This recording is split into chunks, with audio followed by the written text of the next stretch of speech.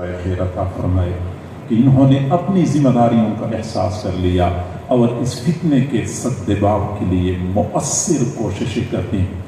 और उन हजरात को इस बात का बखूबी एहसास व इदराक था कि ये फितना उम्मत के लिए इंतहाई ख़तरनाक है। हज़रत मौलाना मुफ्ती मोहम्मद शफ़ी साहब रहमहुल्लाह फरमाते हैं कि अपने उस्ताद मुकर्रम हज़रत मौलाना अनवर शाह कश्मीरी रहमतुल्लाह अलैह की खिदमत में हाजिर हुआ।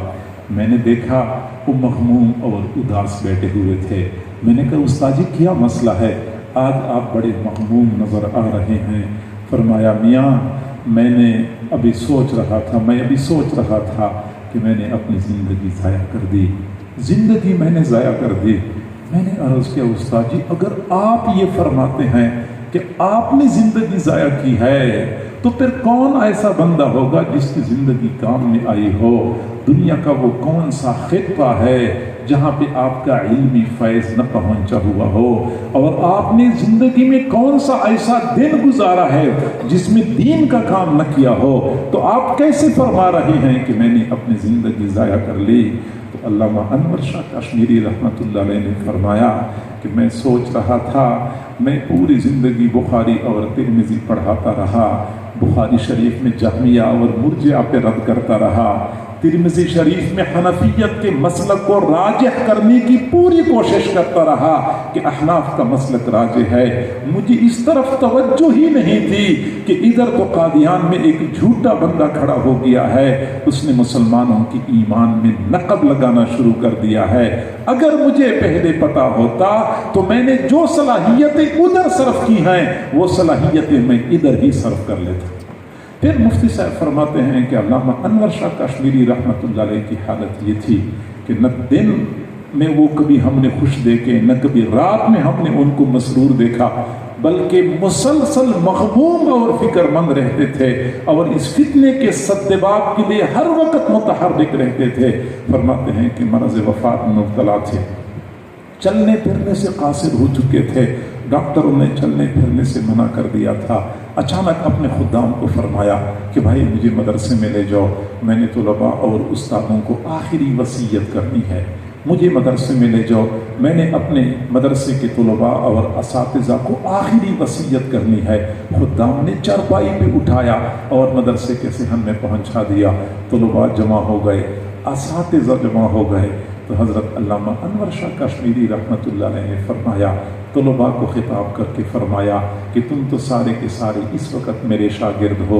उस्तादों को खिताब करके फरमाया कि तुम में से अक्सर बराह रास्त मेरे शागिर्द हैं।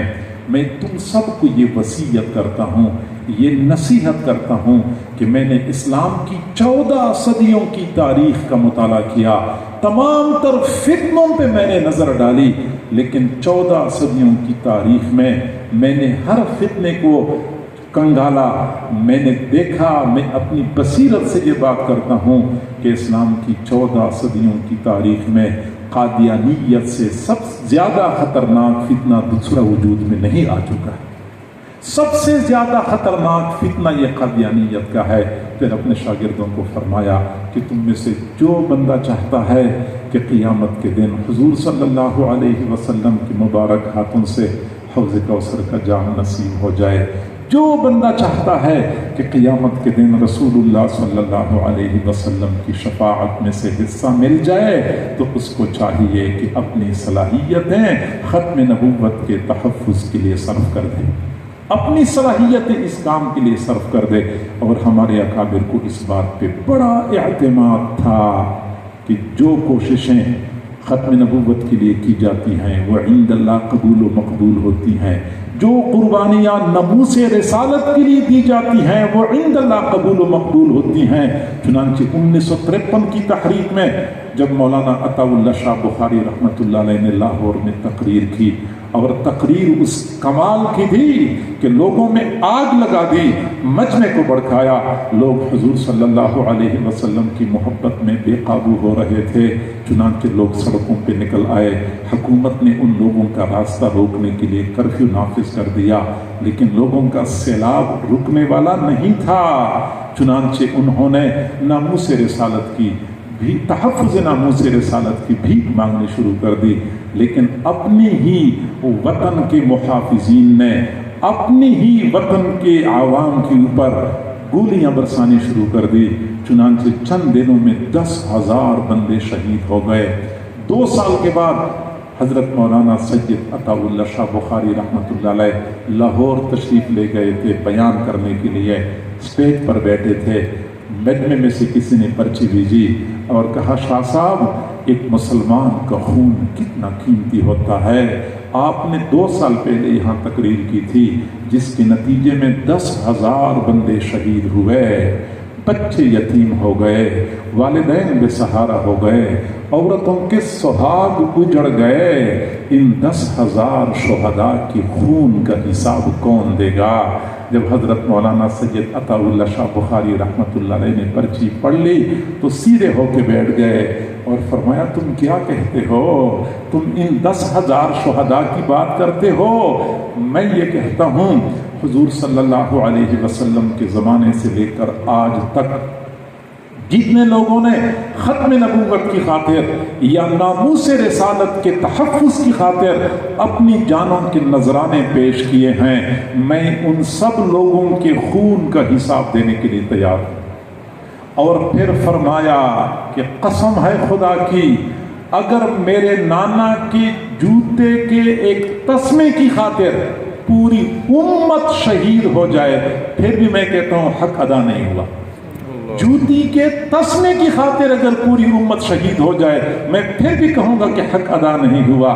پھر اپنے مخصوص انداز میں فرمایا کہ قیامت کا دن ہوگا، اس وقت میں اپنے نانا کے پاس جاؤں گا، میں اپنے نانا کے پاس جاؤں گا اور نانا سے کہوں گا کہ ایک تو آپ کے صحابہ کی جماعت تھی جو مسیلمۃ الکذاب کے خلاف لڑتے ہوئے شہید ہو چکی تھی، ایک میرے ساتھیوں کی جماعت ہے جو یہاں پہ 10,000 بندوں کی صورت میں شہید ہو چکی ہے۔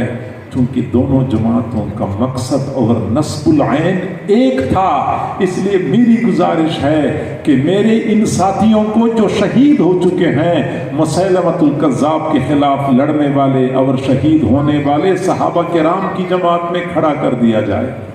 فرماتے ہیں میں امید نہیں کرتا، میں یقین کرتا ہوں کہ میرے نانا میری اس گزارش کو قبول کر لیں گے، میرے ان ساتھیوں کو ان صحابہ کے ساتھ کھڑا کیا جائے گا جو مسیلمۃ الکذاب کے خلاف لڑتے ہوئے شہید ہو چکے تھے۔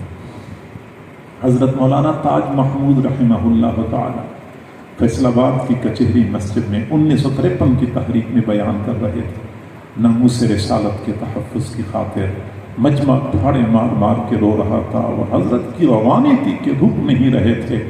چنانچہ ایک خاتون سامنے سے گزر رہی تھی، اس خاتون کی گود میں بچہ تھا، وہ دروازے پہ کھڑی ہو گئی، تھوڑی دیر کھڑی رہی اور حضرت کے بیان کو سنا، بیان سنتی رہی، بیان کے دوران ہی آ گئی اور اسٹیج کے پاس پہنچ گئی اور فوراً اپنے بچے کو حضرت مولانا تاج محمود صاحب کی جھولی میں پھینک دیا کہ آپ ناموس رسالت کے لیے قربانی کے مطالبے کرتے ہیں، میرے پاس تو اس کے علاوہ اور کچھ نہیں ہے، میں مطلقہ عورت ہوں، میرا یہ ایک بیٹا ہے، میرا صرف یہی سرمایہ ہے، یہ مجھ سے قبول کر لو اور ناموس رسالت کی خاطر قربان کر دو۔